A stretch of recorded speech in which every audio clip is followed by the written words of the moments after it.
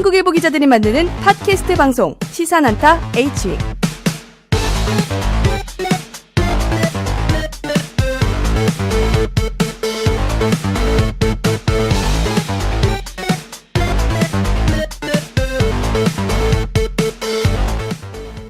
평화의 섬 제주가 끔찍한 살인사건으로 들썩였습니다. 아름다운 제주의 속살을 놀멍쉬멍 보면서 걸을 수 있어서 특히 여성들에게 사랑을 받았던 올레길에서 발생한 사건이었습니다. 범인은 올레일 코스 주변 마을에 살았던 40대 남성으로 드러났는데요. 살해에 그치지 않고 신체의 일부를 버스 정류장에 의도적으로 놔두는 이상 행각도 보였습니다. 시사난타 H 41번째 시간, 오늘은 전국을 충격으로 몰아넣은 제주 40대 여성 살인사건을 다룹니다.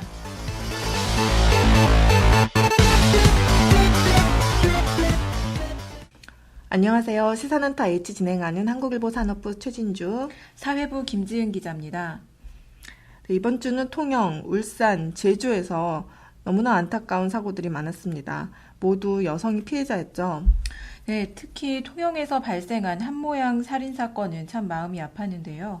사실상 부모에게 방치된 채 배까지 골아가며 지냈던 아이였는데 그런 끔찍한 변까지 당한 것이 정말 안타까웠습니다.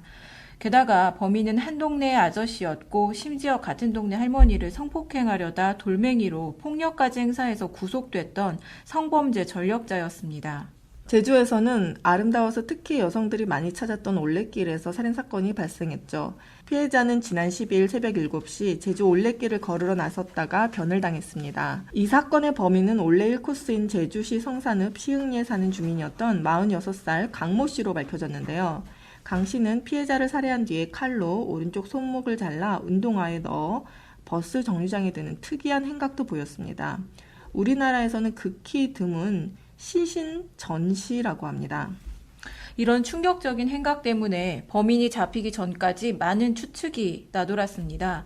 또 강 씨가 보인 범죄 행각이 굉장히 이례적이어서 두 번의 강도전과 외에 혹시 추가 범행 사실이 있는 건 아닌지 관심도 집중되고 있습니다.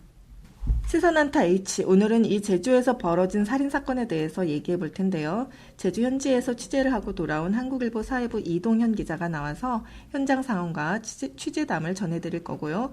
또 범죄심리 전문가인 이수정 경기대 교수와 전화 연결해서 얘기 들어보도록 하겠습니다. 먼저 23일 제주의 현장에 갔다가 좀 전에 올라온 이동현 기자 만나보겠습니다. 이동현 기자 안녕하세요. 안녕하세요. 이 기자 그 얼굴이 아주 까맣게 타가지고 올라왔는데 23일 날 내려갔을 때 상황 그리고 그때 뭐 어떤 취재들을 했는지 얘기를 먼저 들어볼까요? 23일 10시 비행기로 제주로 출발을 했는데요. 11시경에 도착을 했습니다. 출발할 때까지만 해도 용의자가 압축이 안 된 상황이어서 마을 주변 분위기나 마을 주변 사람들 얘기를 들으려고 했었는데요. 제주에 11시쯤 도착하니까 용의자가 유력한 용의자가 긴급 체포됐다라는 소식이 전해졌더라고요. 그래서 가장 먼저 이제 수사본부로 달려갔습니다. 바로, 네. 수사본부가 어디에 꾸려져 있었나요?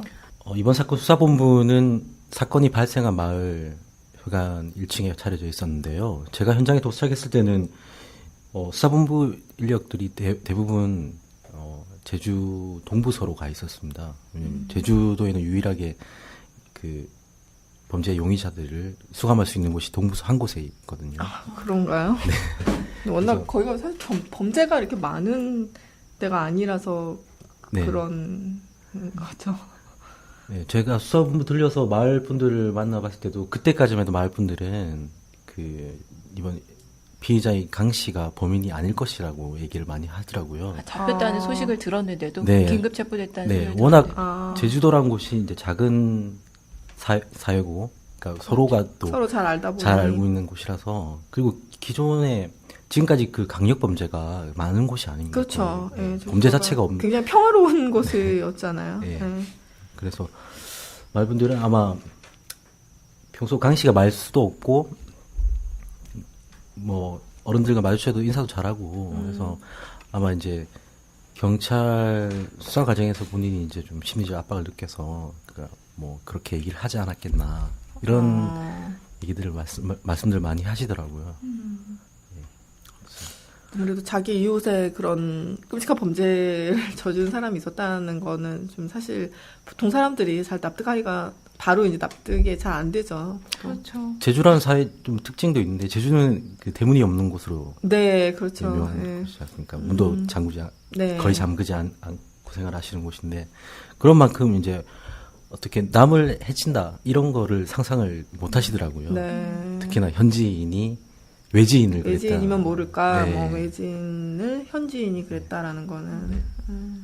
근데 이제 드러나는 걸로 보면 상당히 이제 특이하게 손목을 잘라서, 그러니까 이 손목의 신원을 확인할 수 있는 많은 정보가 담긴 거잖아요. 지문도 있고, 뭐, 네.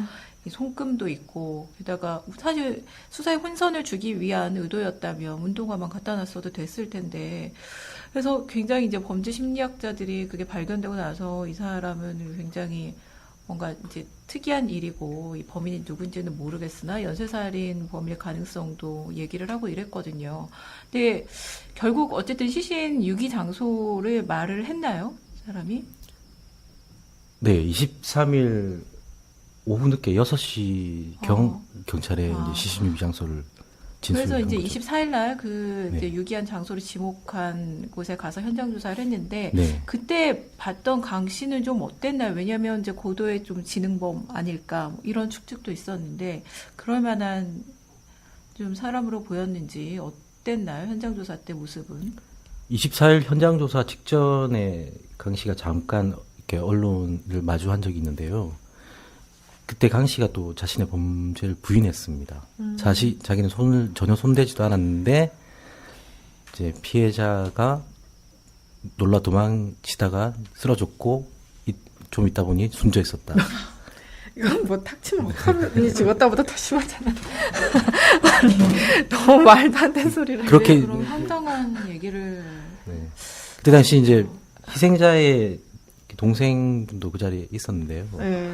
굉장히 격앙됐겠네요. 그러게요. 그렇습니다. 아, 진짜 막, 그래서- 칠 분위기가 나. 근데 그렇게 부인을 한 이후에 그 현장에 갔을 때는 자기가 어디에 어느 위치에 있었고 실제 범행이 어디에서 벌어졌고 네. 피해자 유류품들을 어느 곳에 유기했는지까지 정확하게 다 그 지정을 했고요. 거기서 유류품들이 대부분 발견이 됐습니다. 마음을 바꿔서 갑자기 그 무슨 마음 바꾼 계기가 있어요? 이 강 씨, 그러니까 용의자 강 씨의 살해 동기와 용의자 강 씨가 범행을 하게 된 동기와 그리고 네. 손목을 절단해서 그 만장굴 앞에 가져다 두게 된 동기들이 사실 납득이 잘 안 되는 부분이 많습니다. 그 앞으로 네. 이제 경찰 수사에서 밝혀야 될 핵심적인 부분이기도 하고요. 사실 살인 사건이라고 하면 가장 중요한 게 동기잖아요. 네. 상당수 살인하면 어떤 뭐 우발적인 어떤 무슨 뭐 욱해서 뭐 어쨌든 뭐 이런 것들이 있는데 네. 이 경우에는 되게 그 동기 같은 게 되게 불분명한 것 같아요. 네. 어제 현장 확인에서 좀 이렇게 그러니까 특이할 주목할 만한 부분이 뭐였냐면 당초 그러니까 피해자 강 씨가 실종됐다는 12일 날 그 올레길 탐방객 중에 한 명이 그 제일 코스 시작 지점에서 그 말미오름으로 가는 정상으로 가는 길 중간쯤에 그 운동을 할 수 있는 체육시설이 좀 작게 있습니다. 그 지점에서 남성을 발견했다라고 이제 제보가 들어갔었는데요. 그래서 강 씨도 최초 그 지점에서 범행을 했다라고 진술을 했었습니다. 그 지점 자기가 당뇨가 있어서 아침에 운동을 하고 있었는데 그러다 소변이 마려워서 이제 이렇게 숲의 소용을 보고 있는데 그 지나가던 피해자 강 씨가 자신을 성추행범으로 오해하고 경찰에 신고하려고 해서 뒤따라가서 그 신고를 그러니까 핸드폰을 빼앗으려고 하다가 우발적으로 살해를 했다라고 얘기를 했는데요. 실제로 24일 현장 조사에서 강 씨가 범행 행장으로 지목한 곳은 그 그러니까 그 원래 1코스를 시작해서 말미오름을 넘어서 아로름이라는 두 번째 오름으로 올라가는 길 중간에 있었습니다. 그 당초 범행 현장이라고 진술했던 점에서 지점에서 걸어서 30분 이상 떨어져 있는 곳이거든요. 처음에는 그 운동기구 맞아요. 있는 그 네네. 근처라고 하다가 네, 네. 알고 실제로 사실로 드러난 것은 네. 훨씬 나중에 네. 한참 가서인 지점이었고. 이 지점에서 경찰은 강 씨가 좀 의도성이 있지 않았냐. 그 30분이라는 거리를 뒤쫓아가지 않고서는 그렇죠. 예. 거기서 그러니까 그 강 씨가 지목한 살해 현장은 운동을 할 수 있는 그런 공간은 아니거든요. 주변이 다 밭이고 그렇기 때문에 또 그 살해 현장이 그 두 오름 사이에 움푹하게 들어간 이제 약간 분지형 지형인데요. 그 길 주변이 그 밭과 가수원으로 되어 있습니다. 근데 특이할 점은 이 정확한 살해 지점이 그러니까 올레길 진행 지점에서 그러니까 올레길을 따라가다 보면 90도 이상 꺾어지는 지점입니다. 그러니까 만일 거기 앞에 숨어 있었다면 원래 탐방객은 숨어 있는 사람 발견하지 못할 지점인 거죠. 그 꺾어지자마자 바로 거기가 살해 현장입니다. 그러니까 의도적으로 뒤쫓아갔다가 좀 한적한 곳을 만났을 때 네. 두 가지 가능성이 다 있는 거죠. 네, 숨어 끌고 있다가 갔을 아니면 아예 그 가능성도 자리에 있고. 숨어 있을 수도 있고. 그 자리에 숨어 있다가 범행을 저질렀다고 추정할 수도 있고요. 아니면 뒤따라가서 갔을 수도 예. 있는 거고. 이 부분도 경찰에서 지금 밝혀야 될 부분입니다. 그러니까 시간상으로도 당초 경찰에서도 그 실종자가 그 출발을 한 시간과 살해된 것으로 추정되는 시간 사이에 시간이 1시간 반 정도 되건 차이가 1시간 반 정도 되는데 그 시간 동안 그러니까 만일 그 체육 시설에서 그런 사건이 벌어졌다면 그 시간대가 안 맞는 거죠. 근데 이 살해지점 범행 지점한 살해지점이 훨씬 더 그 올레길을 많이 간 지점에 위치하면서 이제 어느 정도 이제 그 시간상의 차이는 이제 이렇게 설명이 된 지역 사람들의 얘기로는 주민들 얘기로는 그 피해자 강 씨가 실종된 그날 그 전날 비가 되게 많이 왔답니다. 제주에 비가 폭우가 내려서 그 12일 새벽에 안개가 엄청 짙게 꼈다고 하더라고요. 네. 그러니까 안개가 심해서 주변도 잘 안 보이고. 네, 사실 숲이나 이런 게 아니다 하더라도 그 주변 시야가 확보되지 않는 상황이었습니다. 어쨌든 아까 그 주민들이 설마 그랬을 리가 막 이렇게 많이 생각했다고 하는데 실제로 지금 이렇게 완전히 이렇게 자백하고 근데 또 그 현장 네. 자기가 범행 현장 같은 것도 정확하게 지적을 해서 지목을 해서 이렇게 해서 지금 사실 어떻게 보면 거의 확정된 분위기인데 그거에 대해서 어떤 주민들이 굉장히 충격을 좀 많이 받지 않았을 그런 생각도 드는데요. 주민들은 뭐 한결같습니다. 이제 앞으로 어떻게 얼굴 들고 다니냐. 그러니까 좀 그것도 제주사의 좀 특징일 수도 있는데 그 공동체에 대한 그런 의식이 강하다, 끈끈할 있다 보니까 그러니까 책임도 그 같이 사람은 느끼시고 혼자의 범행임에도 네. 불구하고 네. 그런 그 마을 사람들이 이제 마치 피해자가 된 분위기. 그래서 마을 분위기 참 발칵 뒤집혔겠네요. 예, 마을이. 별로 크지 않은 마을일 것 같은데 몇 가구 정도 사는 마을인가요? 마을 자체가 제주도에서도 되게 이렇게 시골이라고 불리는 곳입니다.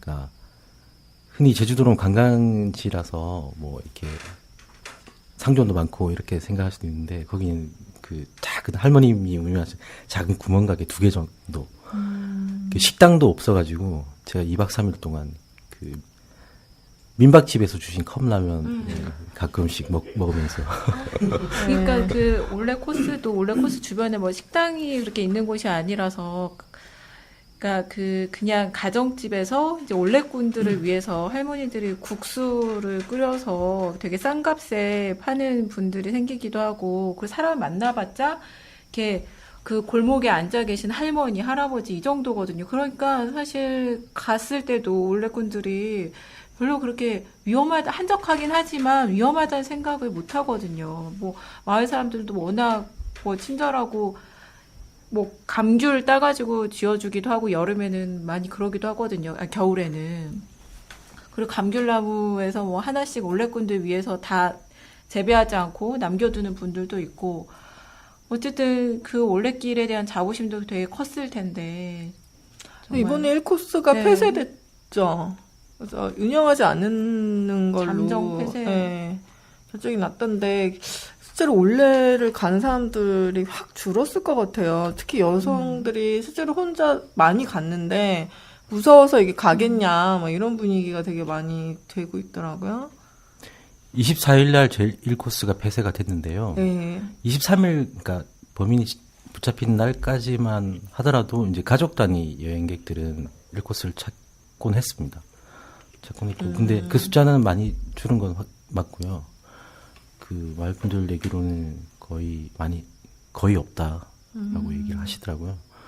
24일부터는 이제 폐쇄가 돼가지고 올레길 입구에 그 탐방객 위한 안내소가 있는데요. 안내소에서 직원이 있으면서 그 관광객들 돌려보내고 그렇습니다.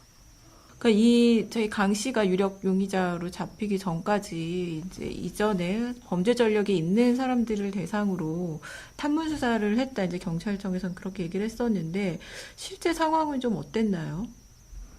경찰에서 그 마을 분들에 대한 광범위한 탐문 수사가 있었고요. 실제 마을 남성들 상당수가 탐문뿐 아니라 경찰 조사까지 다 받은 상황이었습니다. 그러니까 임의동행 형식으로 서해 가서 조사를 받은 건가요? 네, 그런 식이죠. 그 과정에서 좀 부작용도 있었겠네요. 많은 수가 그렇게 광범위하게 탐문 조사를 받았다면 범인을 뭐 잡아야 되는 건 맞긴 하지만 이렇게 마을 사람들이 기분이 좋았을 것 같지는 않거든요.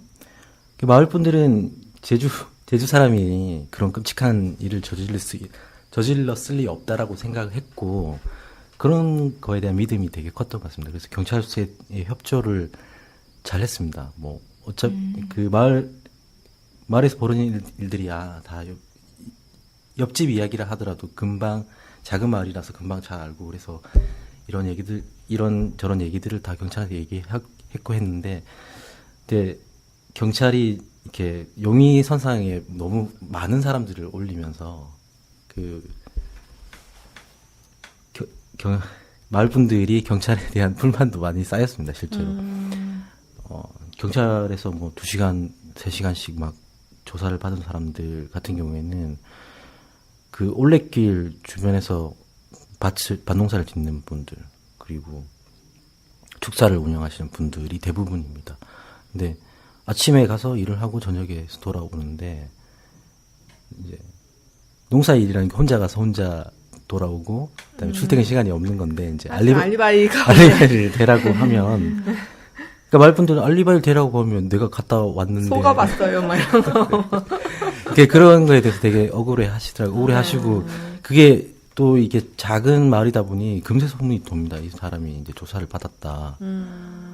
그 몇몇 집에 근데 뭐 그런 거는 이제 경찰이 수사 과정에서 일어난 일이라서 범인을 찾기 위한 과정이라서 충분히 사실 어쩔 수 없다고 이해할 수 있는데 그게 이제 부작용이 아이들한테 이제 미쳤다는 거죠. 그러니까 마을 아이들이 그러니까 사건이 벌어지고 나서 이제 그 용의자 비슷하게 이제 마을 남성들이 이제 조사를 받으니까 아이들이 학교를 가면 너네 아버지 어제 경찰서에 잡혀갔다며 이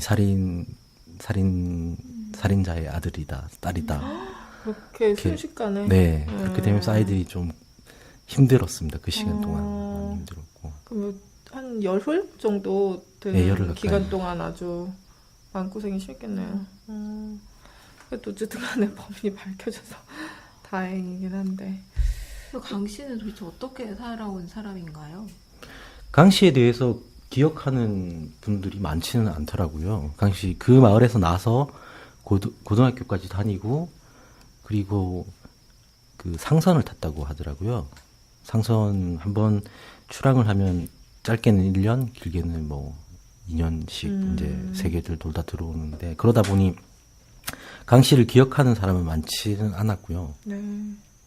다만 잠깐씩 들어왔을 때는 뭐 큰 문제를 일으킨 적도 없었고 그다음에 마을 분들이 기억하기에는 뭐 인사성 바른 사람이다. 왜냐면 어렸을 때부터 봐왔기 때문에 그렇게 특색 있는 사람은 아니었던 것 같습니다.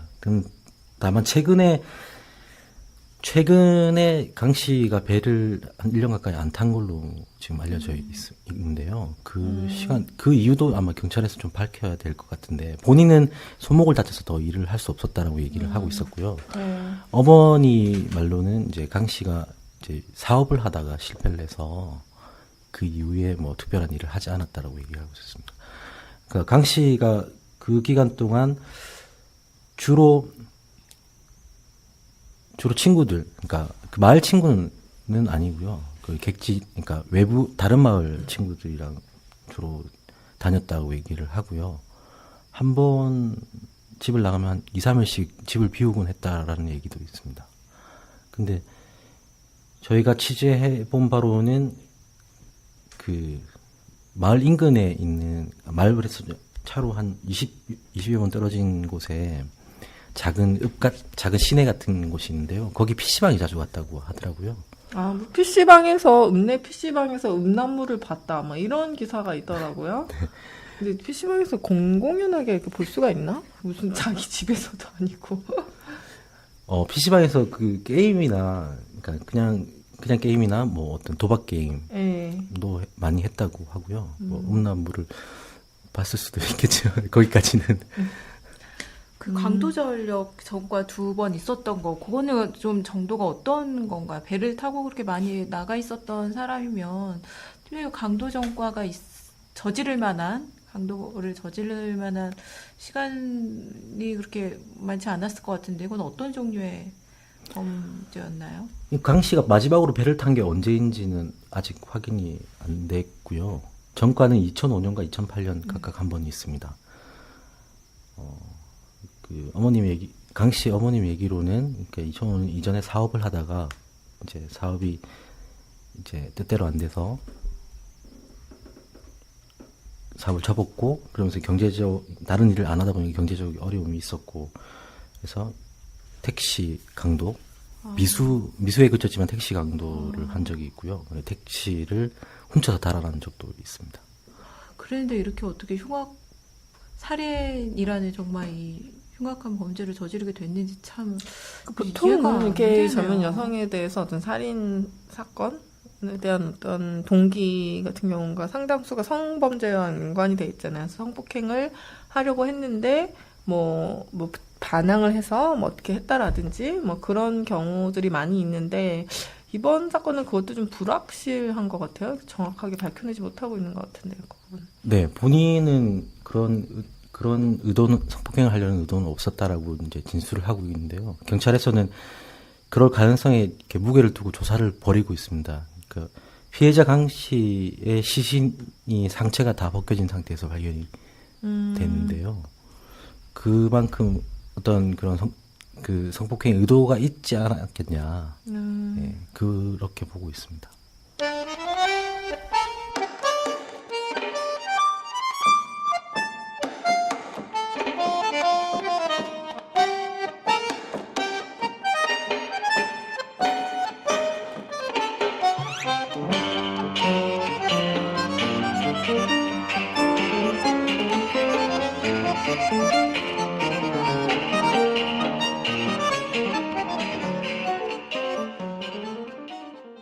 자, 다음으로는 이수정 경기대 교수 전화 연결해서 얘기 들어보겠습니다.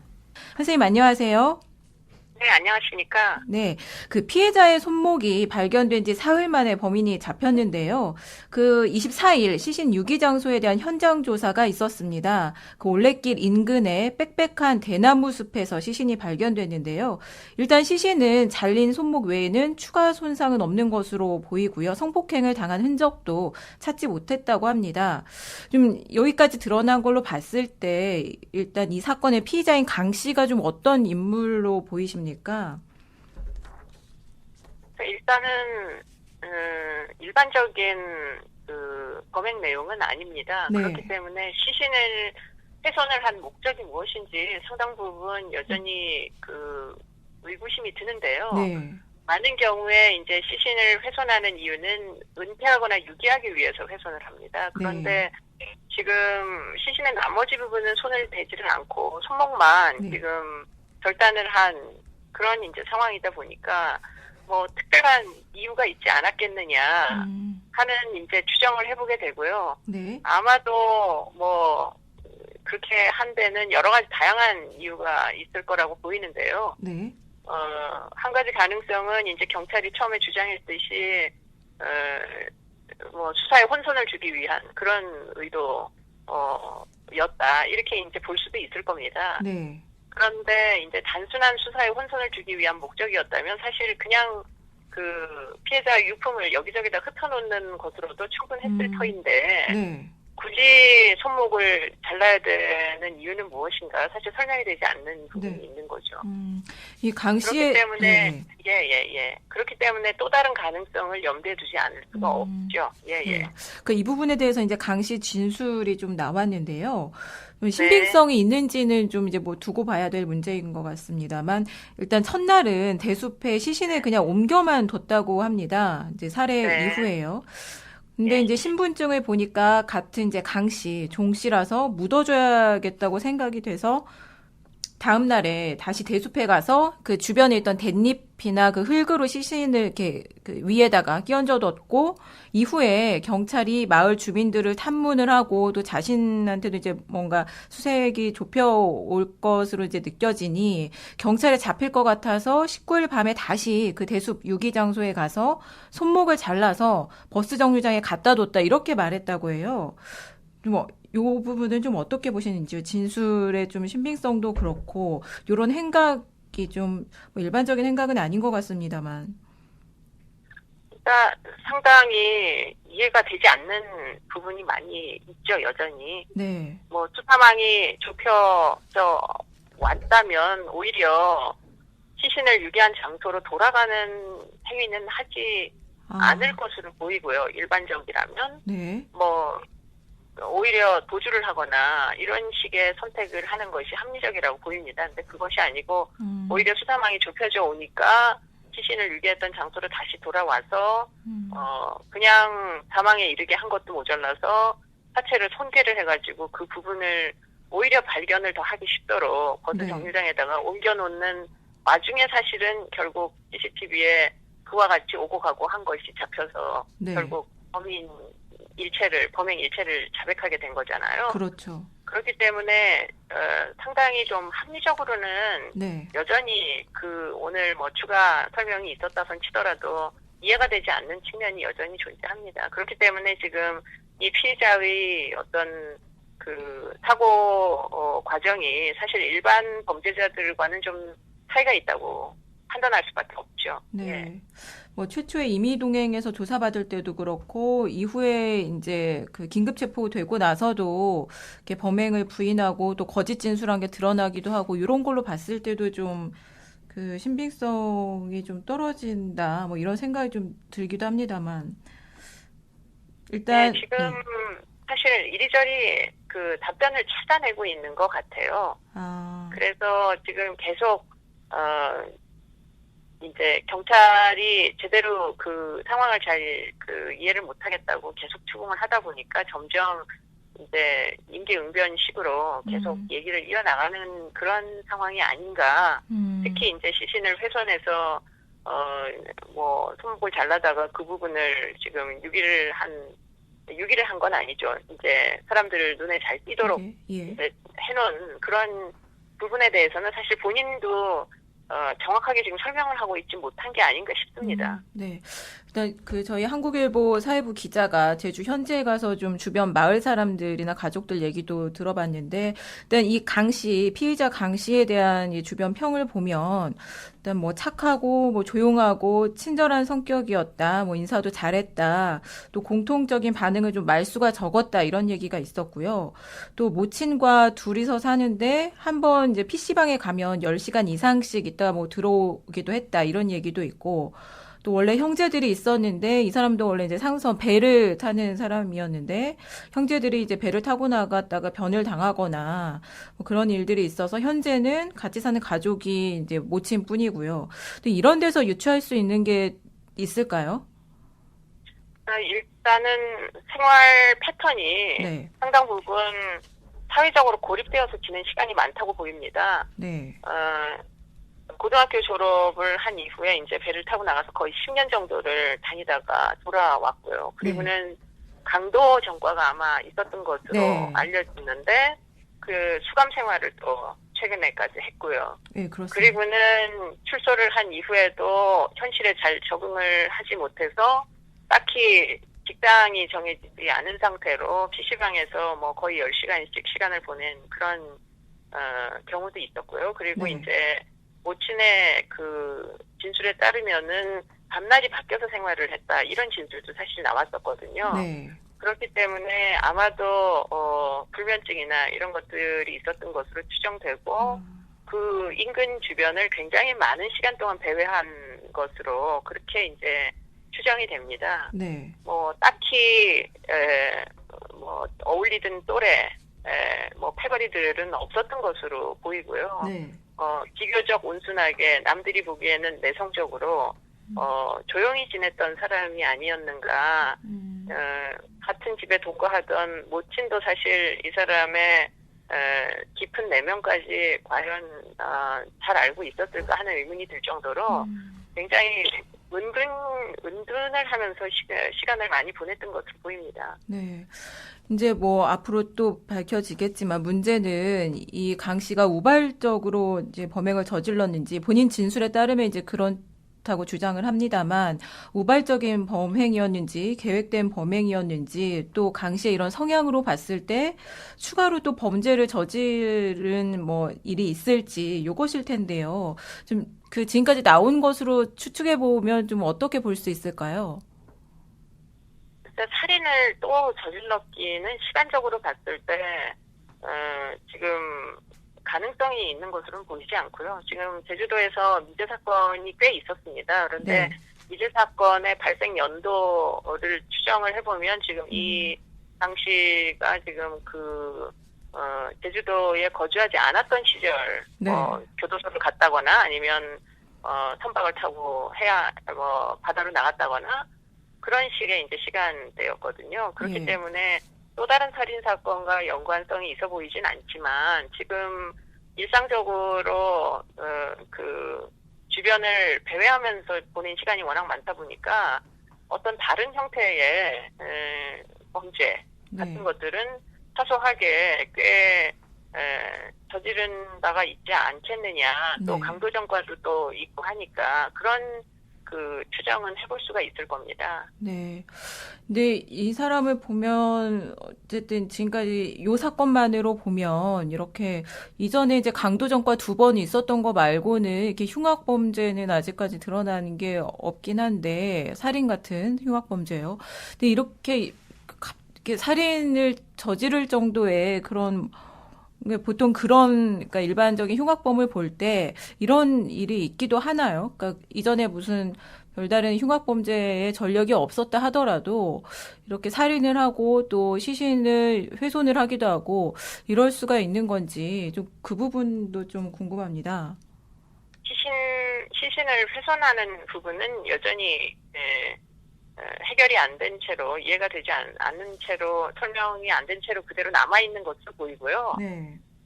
지금 강력범죄 예컨대 지금 강도는 이미 2번의 전과가 네. 있단 말이죠. 예. 그리고 알려진 바에 따르면 커터칼을 소지하고 다닌 것으로 보여요. 그렇기 때문에 이제 뭐 경우에 따라서는 그와 같은 조건이고 지금 전력도 있고 하다면 뭐 불행한 예상을 하지 못한 그런 이제 상황이 전개되었을 수도 있겠다. 뭐 예를 들자면 이번 사건도 여자를 죽이려는 게 목적이 아니었는데 네. 여자의 저항이 심하다 보니 제압하는 과정 중에 뭐 목졸라 숨지게 한다거나 이런 종류의 일로 진전이 되었을 수는 있겠다고 보입니다. 네. 그렇기 때문에 지금 딱히 이제 흉악 범죄를 저지르겠다는 계획을 세워가지고 한 것 같지는 않지만 네. 지금 여러 가지 생활의 조건들이나 또는 습격 같은 것들을 보면 위험한 방향으로 지금 상당히 그 변화를 해가고 있는 과정 중에 있지 않았겠느냐 이렇게 볼 수 있는 거죠. 네. 네. 그 사이코패스나 혹시 무슨 이상심리 소유자일 가능성도 좀 있다고 보십니까? 그럴 가능성도 없지 않다고 보입니다. 왜냐하면 지금 생활 패턴이 상당히 비사회적이거든요. 그래서 지금 친구들이 딱히 있는 것도 아니고 배우자가 있는 것도 아니고 굉장히 오랜 시간 동안 혼자 사회에서 격리되어서 지내면서 지금 거의 뭐 가끔 한다는 게 10시간 이상씩 PC방에서 린지 게임, 폭력적인 게임을 하면서 시간을 보낸다거나 뭐 겉으로는 굉장히 온순해 보이고 어머니한테는 이제 상당히 효자였다고 이렇게 이제 진술들이 나오는 것을 봐서 네. 강도 전과처럼 사람을 위협을 할 수 있는 사람이 동시에 모친에게는 굉장히 다정하게 굴었던 이중적인 면이 있는 그런 측면이 있다. 이런 차원에서 보면 상당히 좀 성격적인 문제를 안고 있지 않았을까 하는 걸 추정을 하게 되죠. 네. 이번 제주 사건도 그렇고 또 최근에 역시 있었던 통영 사건도 그렇고요. 경찰의 우범자 관리 대책이 너무 허술한 것 아니냐. 두 피의자가 모두 이제 전력이 있었던 전과자였기 때문에 그런 그 지적도 제기되는데요. 어떤 점을 좀 보완해야 된다고 보십니까? 그러니까 일단은 강력범죄 그 무범자들에 대한 관리 체계는 지금 상당 부분 정비를 해야 될 그런 사각지대가 많은 것으로 보입니다. 네. 특히 이제 성범죄 같은 경우에는 이제 과거에 뭐 여러 가지 보완 처분을 도입을 했지만 지금 이분 같은 경우에는 그러니까 통영 사건 같은 경우에는 2005년도에 성범죄 전과가 있다 보니까 네. 사실은 포급 적용을 할 수가 없다는 문제 때문에 사실 뭐 보완 처분 신상 공개도 되지 않았고 또 전자발표 대상자도 아니었던 것으로 그렇게 확인이 되고 있거든요. 네. 그렇기 때문에 이제 뭐 새로운 법률들을 많이 도입하긴 했지만 과거에 이제 전과가 있었던 사람들에 대해서는 지금 적용이 안 되고 있어서 결국 이제 그런 분들 중에 지금 이처럼 재범을 하는 그런 것까지는 사실 예방을 하기가 굉장히 어렵구나 하는 걸 느끼게 되는 거고요. 네. 그리고 그러면은 뭐 대안으로서 뭐 어떤 출소자들에 대한 우범자, 특히 이제 전과가 여러 번 누적된 사람들에 대한 경찰의 우범자 관리 같은 것들을 기대해 볼 수가 있는데 현행법상에서는 사실 법적 근거가 굉장히 모호합니다. 사생활 침해를 경찰이 어디까지 그렇죠. 할 수가 있는 거냐 하는 게 뭐 명확한 근거가 없어요. 그냥 우범자를 관리하게만 돼 있지 우범자 관리를 위해서 뭐 대면 접촉을 뭐 3주마다 한 번씩 할 수 있다거나 이런 종류의 그 명확한 그 지침이 없기 때문에 사실 경찰의 그 관리도 지금 굉장히 허술한 그런 상황입니다. 네. 예컨대 지금 사건이 발생하고 난 다음에는 금방 뭐 누가 용의자 가장 주변에서 그 범행을 저지르기가 쉬운 사람이 이제 금방 다 찾아냈거든요, 사실상은. 네. 그렇기 때문에 만약에 범행이 일어나기 전에도 그러면 한번 위험한 그 문제가 있을 것 같은 사람들을 찾아내라. 그러면 아마 경찰이 찾아낼 수 있었을 거예요. 그런데 문제는 사전에는 찾아낼 수 있는 예방적 차원에서의 대응은 우리가 허용하지 않는 법률을 갖고 있다 보니까 네. 문제는 사후 약방문식으로밖에는 대응을 할 수 없다는 거죠. 네. 그러니까 이런 식의 이제 정보를 예방적 차원에서 활용할 수 있도록 할 거냐 말 거냐 하는 것은 사실은 국민의 공감대가 필요한 일이라고 생각이 듭니다. 네, 그런 사전 범죄 예방 대책 부분에 대한 공론화도 이 기회에 좀 해볼 필요가 있겠네요. 자, 여기까지 제주 40대 여성 살인사건과 관련해서 이수정 경기대 교수 전화 연결해서 말씀 들어봤습니다. 선생님 감사합니다. 감사합니다.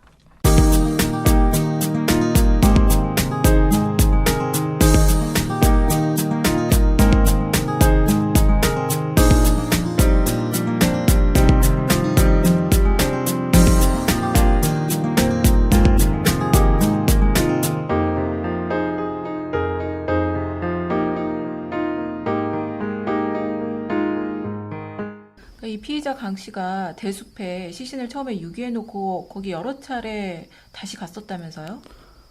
강 씨가 그 피해자 강 씨의 시신을 유기한 다음 날 저녁에 한 번 더 찾아갔고 19일 날 손목절단을 해서 또 한 번 갔었는데요. 다음 날 찾아간 이유가 뭐 잘 납득이 되진 않는데 피해자의 신분증을 자기가 가져왔는데 신분증을 보니까 자기랑 성이 같더라. 그래서 같은 종씨니까 시신을 매장해주자. 그래서 다음날 저녁에 찾아가서 그 숲 댄잎과 주변의 흙으로 덮어줬다 이렇게 진술을 했습니다. 그러니까 이 강 씨가 칼을 굉장히 뭐 잘 쓰는 사람이다. 배를 오래 탔기 때문에 그런 얘기도 있었는데 그 부분은 어떻게 진술이 나온 게 있나요? 만장굴에서 발견된 손목의 절단면이 상당히 예리하게 절단이 된 걸로 확인이 됐는데요. 어떻게요? 그러니까 깨끗하게 절단이 됐습니다. 그거는 그러니까 그리고 이 손목 관절 부분을 정확하게 이렇게 절단을 한 거거든요. 그러니까 이거는 그러니까 칼을 도구도 전문적인 도구 그러니까 전문적이란 표현은 아닌데. 그러니까 공업용 무슨 네, 칼 그건 같은- 전문적인 건 아닌데 도구도 그냥 칼은 그러니까 그냥 흔히 쓰는 칼은 아니라는 거고요. 그리고 이 관절 부위 정확하게 절단하는 것 자체는 이 어떤 절단에 대해서 좀 지식이 있는 사람이다라고 이제 경찰은 추정을 했고요. 그래서 그 배를 타거나 아니면 도축장에서 일했던 경력이 있는 사람들에 대해서도 경찰 수사를 같이 진행했었습니다. 당시. 실제 강 씨가 그렇게 칼을 잘 썼답니까? 실제 강 씨 집에서 칼이 여러 점 나오긴 했습니다. 나오긴 뭐 범죄와 연결된 직접 범죄에 사용한 건 아닌 걸로 지금 확인이 되는데요. 흉기는 발견이 됐어요? 그럼 범행에 사용한 칼은 그러니까 발견이- 시신 유기 현장에서 발견이 됐고요. 그러니까 범행이 아니라 손목 절단에 사용한 네. 칼은 시신 유기 현장에서 발견이 됐고요. 그 손목 절단에 사용한 칼날이 10cm가 칼이 10cm가 길이가 10cm가 채 안 되는 길이가요? 네. 굉장히 작은 칼이네요? 칼집도 없는 그냥 칼날만 있는 건데요. 이걸 사용해서 손목 절단의 자체가 쉽지 않겠네요. 이 부분에 대해서도 좀 추가로 조사가 진행될 그게 가능한가요? 와. 무슨 굉장히 날카로운 단도? 뭐 이런 거였나요? 공업용 커터 칼인데요. 그러니까 이렇게 쭉 이렇게 밀어서 네, 쓰는 우리 흔히 볼 수 있는 커터- 문구형 칼보다 좀 큰 칼입니다. 그래요? 네, 큰 커터 칼인데 그걸로 어떻게 잘라요? 뼈가 잘리나요? 그게 가능하답니까? 경찰 말로는 공업용 커터 칼로 뼈를 관절 부위를 자르는 게- 잘랐어요. 예? 관절 부위를 잘랐으니까. 관절 부위를 잘랐기 때문에 네. 가능하다. 그래서 이제 그 관절 부위를 정확하게 이제 잘랐다는 데서 경찰은 이제 칼을 잘 쓰는 사람의 범행이다라고 이제 추정을 한 거고요. 잘린 부분은 좀 뭐랄까 매끈한 막 그런 네. 상황. 그럼 진짜 굉장한 실력이라고 이상한데. 그러니까 공업용 커터 칼이 우리가 생각하는 것보다 상당히 날카롭군요. 네, 유리도 자를 수 있습니다. 이번에 그 제주 경찰의 수사가 좀 물론 아무래도 거기가 강력 사건이 많이 벌어지지 않는 곳이라서 그랬을 수도 있겠지만 여러 가지 면에서 좀 미비했다, 부실했다라는 얘기가 있는데 어땠나요? 가장 큰 문제점으로 지적되는 거는 이제 수색 과정이었습니다. 네. 시신이 발견된 장소가 그 범행 현장 올레길에서 약 한 600m 가량 떨어진 곳인데요. 네. 당초 경찰의 집중 수색 지역 범위 내에도 포함되어 있는 곳이고, 그리고 수차례나 거기를 또 경찰 수색을 또 했습니다. 했었어요? 근데 왜 어떻게 못 찾았어요? 네, 대충 했다라는 얘기네요. 네. 그 경찰 관계자들도 그 점에 대해서는 이제 공식적으로 사과를 한 부분이긴 한데, 그 마을 주민들 얘기로는 마을 주민들이 만약 사체를 유기를 했다면 그 대나무 숲일 가능성이 높다라고 여러 번 이제 얘기를 했답니다. 근데 네. 그 마을 분들이 전하는 말에 따르면 거기를 수색했던 경찰 특공대 대장께서 대나무가 너무 빽빽하게 있어서 못 들어갔다. 거기는 모기도 많지 않냐. 모기도 많지 않냐? 근데 어이가. 이게 상당히 무책임한 말인데요. 그러니까 그 숨진 강 씨 동생이 그러니까 저희와의 인터뷰에서 사냥개 네. 100마리라도 풀고 싶었다라고 이제 심정을 밝힌 적이 있거든요. 네. 근데 경찰이 그런 어떤 실종자 가족의 마음을 조금이라도 헤아렸다면 그렇죠. 제가 전문가는 아니지만 기자의 입장에서 봐도 이 근처에서 살인 사건이 났다면 내가 만약 범인이라면 저기에 유의를 하겠다라고 느껴질 정도로 눈에 띄는 곳이거든요. 네. 근데 거기를 수색을 안 했다는 게 잘 이해가 안 돼요. 모기가 많아서 네. 그것도 그리고 기가 제가 막혀가지고 현장에 거의 뭐 지뢰가 묻혀 있다든지 뭐 이런 이유도 아니고. 현장에 내려간 당일이 23일이었는데요. 23일 날 현장에 갔더니 그 전날 이제 통영 사건이 해결되면서 이제 거기에 가 있던 그 경찰청 소속, 네. 그러니까 경찰 현장 감식 요원들이 갔었죠. 감식용뿐만 아니라 그 수색견들이 일곱 두가 왔습니다. 제주로 이렇게 기금 왔는데 그 일곱 두가 이제 하루에 30분 정도밖에 수색을 못 한다 그러더라고요. 이게 뭐냐면 그러니까 수색 하는데 그 개들이 받는 스트레스와 그 체력 소모가 너무 크기 때문에 그 당시 날씨 이런 걸 고려해서 30분 정도밖에 못 한다고 그러는데 그 수색에 23일 오후 4시가 수색 시작 시점이었는데요. 수색에 앞서 2시 30분경 이제 오늘 우리 수색한다 이러고 이제 방송이나 언론 매체에 이제 공개하는 시간을 잠깐 가졌는데 그 시간이 20분이었습니다. 개들은 거의 뭐 녹초가 돼버린, 녹초가 돼버린. 더위 약하거든요. 예. 개들이 거의 숨을 못 쉴 정도로 헐떡이고, 그리고 이제 오후 4시부터 또 공식적으로 이제 수색을 진행했는데요. 그 수색이 끝나고 2시간 후에 범인이 사체 유기장에 진술했고, 그 진술한 지점은 그의 2시간 그러니까 그에 앞서 2시간 전에 경찰이 또다시 수색을 했던 장소. 그리고 결국 그 언론의 촬영용으로 개들을 이렇게 해주느라고, 그러니까 연출을 하느라고 실질적인 수색에는 그러니까 개들이 투입되지 못했던 거네요. 투입은 됐습니다. 투입은 됐지만 좀 많이 그러니까 지친 상태에서. 지친 상태였고, 그리고 이렇게 정밀한 수색이었다기보다는 아마 그 정밀한 수색은 힘들지 않았나.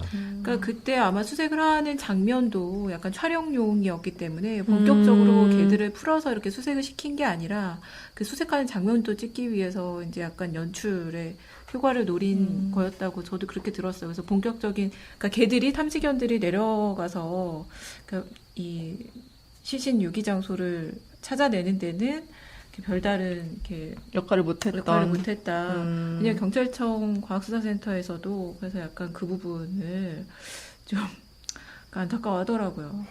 경찰에서는 여러 차례 바둑판식 수색을 했다라고 밝혔는데 사실 그렇지 못했다라는 게 드러난 부분이고요. 그 특정 지역을 이제 바둑판식으로 격자를 이제 그려가지고 그게 빠지는 부분이 없이 수색하는 바둑판식 그러니까 수색을 했다라고 밝혔는데 그것이 아니었다는 게 밝혀진 거고요.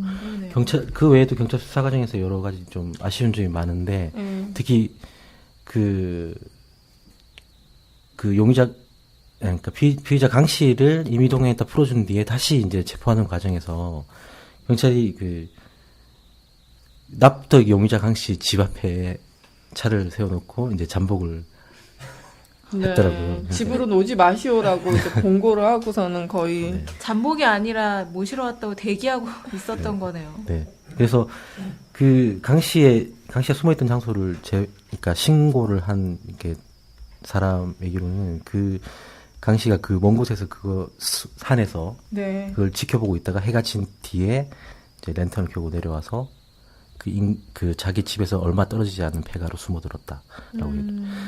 근데 경찰은 그 강 씨가 그렇게 폐가로 들어가는 과정도 못 본 거고요. 결국 잠복을 했다는데도. 제보가 없었다면 또 잡지 못했을 가능성도 있었던 거죠. 그러니까 그리고 임의동행을 하고 풀어준다고 하더라도 사실 좀 유력한 정황 증거가 있는 거잖아요. 그러면은 좀 뭔가 풀어주더라도 이렇게 도망가지 않도록 이렇게 내지는 도망을 가도 따라잡을 수 있도록 뭔가 했었어야 되는 게 아닌가. 그렇게 완전히 도망가게 냅두는 식으로 풀어주는 게 맞나요? 이런 게? 그러니까 경찰의 수사 기법의 하나일 수도 있습니다. 유력한 용의자를 체포했다가 이제 풀어주면서 스스로 이제 자신의 범죄 자백하는 것과 다른 형태 없이 범죄 사실을 드러내도록 하는 방식으로 볼 수도 있는데요. 문제는 그러면 예를 들어 미행을 한다든지 그런 게 있어야 되는 거 아니에요? 지적하신 대로 그렇다면 이 사람의 소재에 대해서 경찰이 알고 있어야 되는데 그러니까요. 그 점에서 이제 경찰이 좀 미흡했다. 많이 그러니까 결과적으로 정교한 수사 기법은 아니었던 게 아닌가 뭐 그런 생각이 드네요. 본청에서 아까 이제 경찰청 본청에서 현장 감식반하고 이 탐지견들이 내려갔다 했는데 이 탐지견들이 사실 제주도에 투입되기 전에 바로 전날까지 통영에서 얘네들 너무 힘을 쓰고 있다가 제주도로 간 상태였죠. 네, 전날까지 통영에서 이제 그 초등학생 강양 시신을 찾기 위해서 수색을 진행했었는데요. 그 시신이 발견된 이후에 이제 군산항으로 항을 통해서 배를 타고 23일 날 도착한 겁니다. 저 월요일에 네, 23일에 도착을 했고 그래서 도착하자마자 이제 현장으로 와서 이제 투입된 거죠. 사실 걔들이 상당히 지쳐 있었다고 봐도 될 것 같습니다. 어땠나요? 그때 이미 촬영할 때 좀 뭔가 반응을 보이는 게 있었나요? 촬영을 위해 이제 걔를 이제 풀어둔 장소가 거기서 보면 시신을 유기했던 대나무 숲이 정확히 보입니다. 근데 그러니까 걔를 이제 탐지하는 장면을 보이는데 걔들이 그 대숲 쪽으로 상당히 뛰어가더라고요. 근데 한참 뛰어가더니 다시 또 돌아오더라고요. 돌아와서 거의 죽을 지경이 돼서 돌아왔더라고요. 그날 날씨가 무척 더웠습니다. 2시 반 3시 정도 한참 한낮이었고요. 그러니까 사람들도 더워가지고 땀을 흘리고 뭐 어찌할 바를 모르는 상태인데 걔들은 더 심하더라고요. 그러니까 거의 숨을 못 쉴 정도로 이게 그래서 서둘러 또 걔를 차량에 싣고 그랬었습니다. 전날까지 아무튼 통영에서 또 피로가 쌓였을 텐데 또 배 타고 힘들게 와서 빨리 이제 투입이 돼서 좀 됐으면 좋았을 텐데 어쨌든 본청과 또 군산에서도 탐지견들이 갔었다면서요. 네네. 그렇게 힘들게 그 탐지견들이 왔는데 결과적으로 어쨌든 제주경찰에서 처음에 그렇게 촬영에 시간을 너무 연출해 주느라 쏟은 건 아닌지 그런 결과적으로는 뭐 피해자 진술에 의해서 사체를 찾긴 했지만은 네. 만일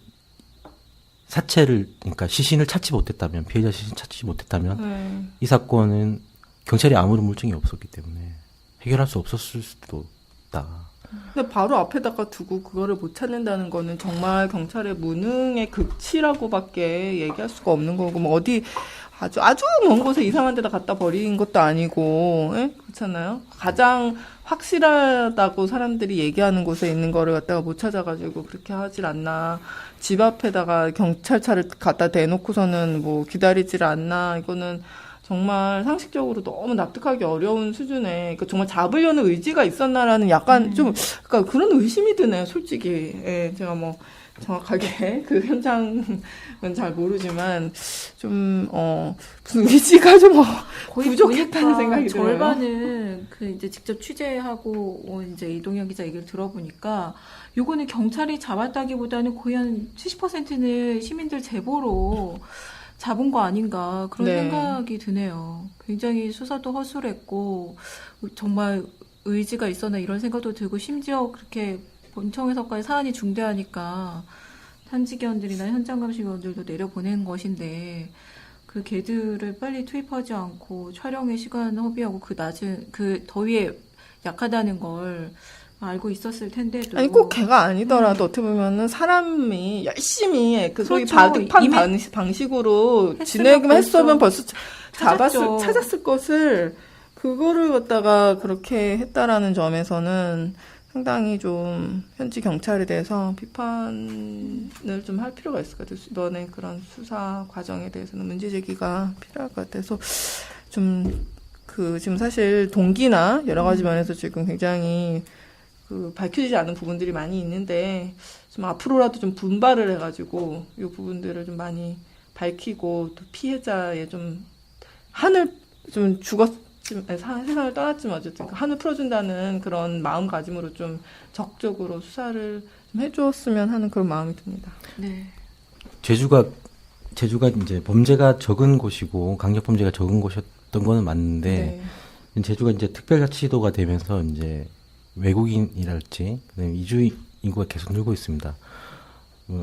사람이 많이 모이다 보면 사실 범죄가 더 생길 그렇죠. 수 있는 거고 네. 특히나 그 타지에서 여러 사람들이 모이다 보면 앞으로 뭐 어떤 치안 상황이 생길지 모르는데 그렇죠.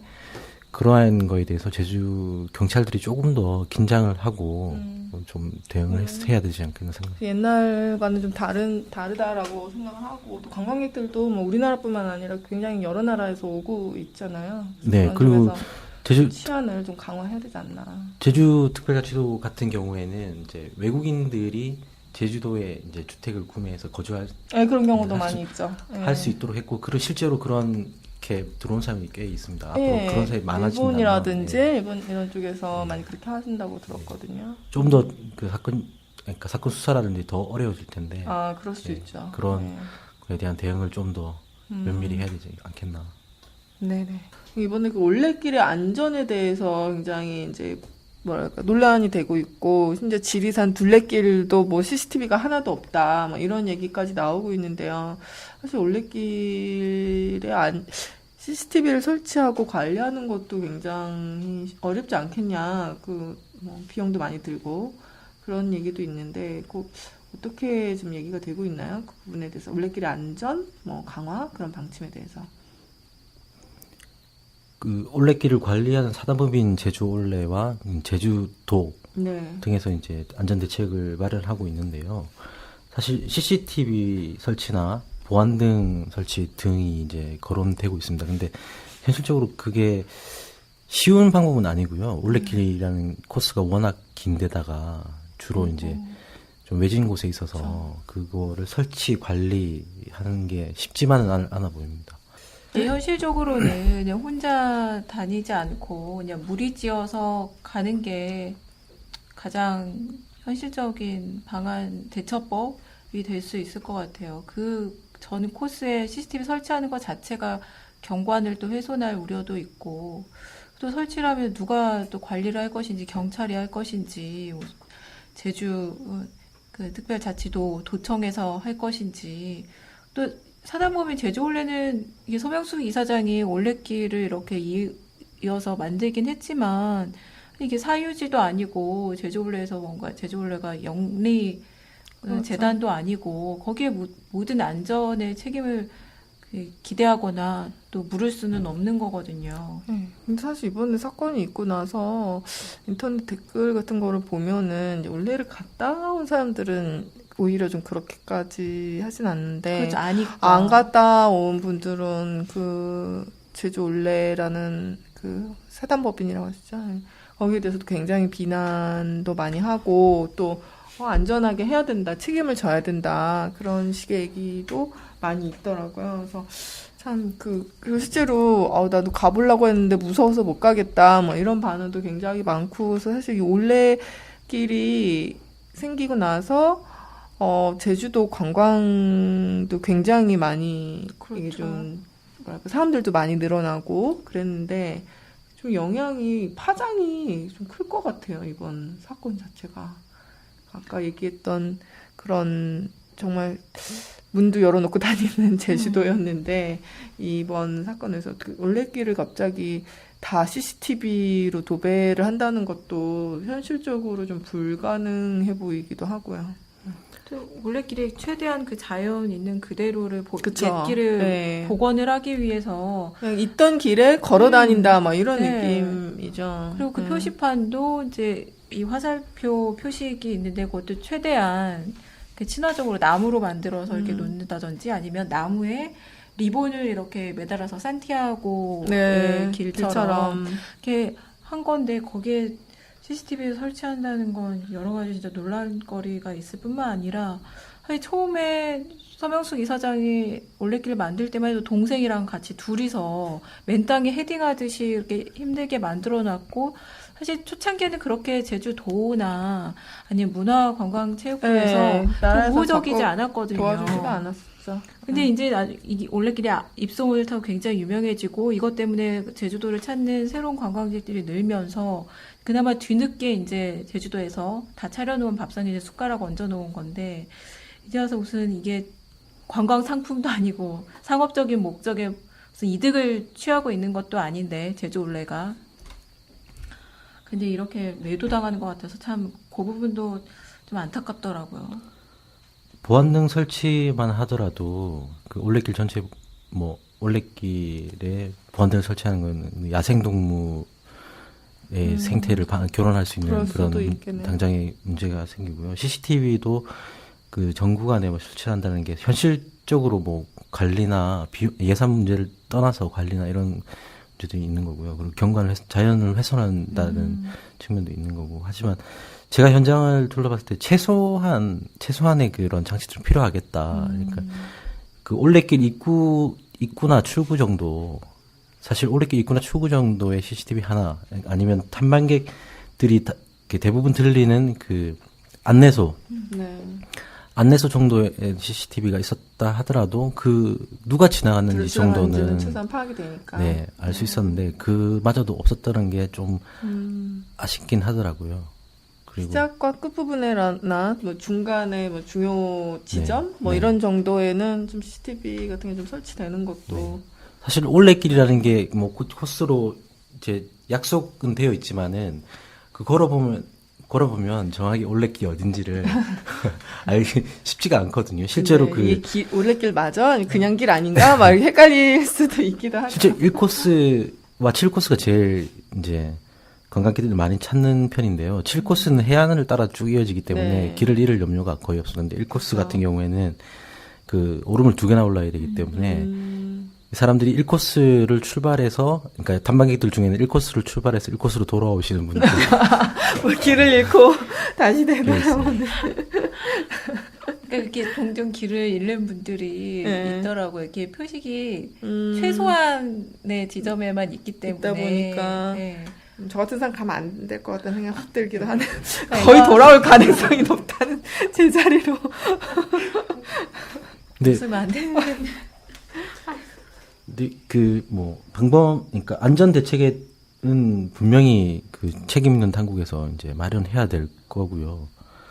그게 이제 올레길의 중요한 특징이 사실 그런 안전에 대한 믿음이 또 하나의 큰 부분. 그때까지는 그랬죠. 네. 서명숙 이사장께서도 말씀하시지만 대한민국에서 여성이 이렇게 혼자서 다닐 수 있는 길이 몇 곳이나 되느냐. 맞아, 그런 얘기를 했었죠. 그런 말씀을 하셨는데 그 이번 사건을 계기로 그런 좀 더 그런 안전 대책을 마련하는 게 필요할 것 같고요. 너무 좀 과도하게 그렇게 이렇게 CCTV를 정말 전구간에 한다는 것에 대해서는 좀 생각을 해볼 필요는 있는 것 같더라고요. 그러니까 제가 이번 취재하면서 좀 아쉬웠던, 그러니까 취재하면서 이렇게 올레길과 이번 이렇게 범행에 대해서 이렇게 보면서 좀 아쉬웠던 점은 제주 올레 1코스를 가보면 그 제주의 상징들을 여러 가지 볼 수 있거든요. 그러니까 그 말 오른 정상에 오르면 왼편에 한라산과 오른편은 우도와 성산일출의 전경이 펼쳐진, 그러니까 제주 특성 한눈에 볼 수 있는 건데, 또 다른 특징은 뭐냐면 그 올레길 주변에 방목되어 있는 소들입니다. 말도 있고요. 네, 소도 말도 있고. 소도 있고. 제주는 그러니까 대문도 없지만은 어떤 울타리들이 없습니다. 울타리도 없고 소도 방목하고 개도 방목하고, 이렇게 마을에 개들도 짖지 않습니다. 이렇게 사람들을 잘 짖지 않습니다. 그러니까 그만큼 좀 자유로운 공간이고, 자유롭기 때문에 더 서로에게 공격적이지 않을 수 있을 것 같고, 그래서 더 안전하게 여겨졌던 곳인데, 이번 사건 때문에 너무 이제 제주도의 그런 장점들이 좀 퇴색되지는 않았으면 좋겠다. 마을분들도 그런 다짐들을 많이 하시고요. 여기까지 지금 2박 3일 동안 제주에 출장을 가서 이번 사건을 취재를 하고 온 이동현 기자 모시고 얘기 나눠봤습니다. 이 기자 감사합니다. 네, 감사합니다.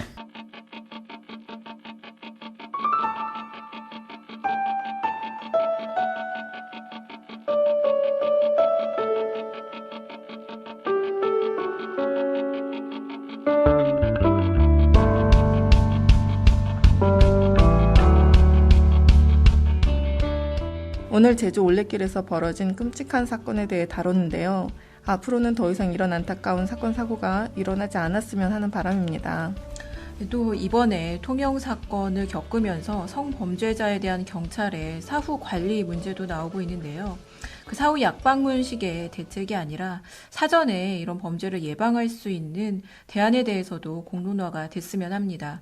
그리고 아깝게 목숨을 잃은 고인의 명복도 빕니다.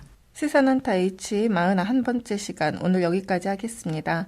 지금까지 진행의 한국일보 산업부 최진주, 사회부 김지은 기자였고요. 제작에는 디지털뉴스부의 강희경, 박소영, 허경주 기자였습니다. 청취해주신 여러분 감사합니다.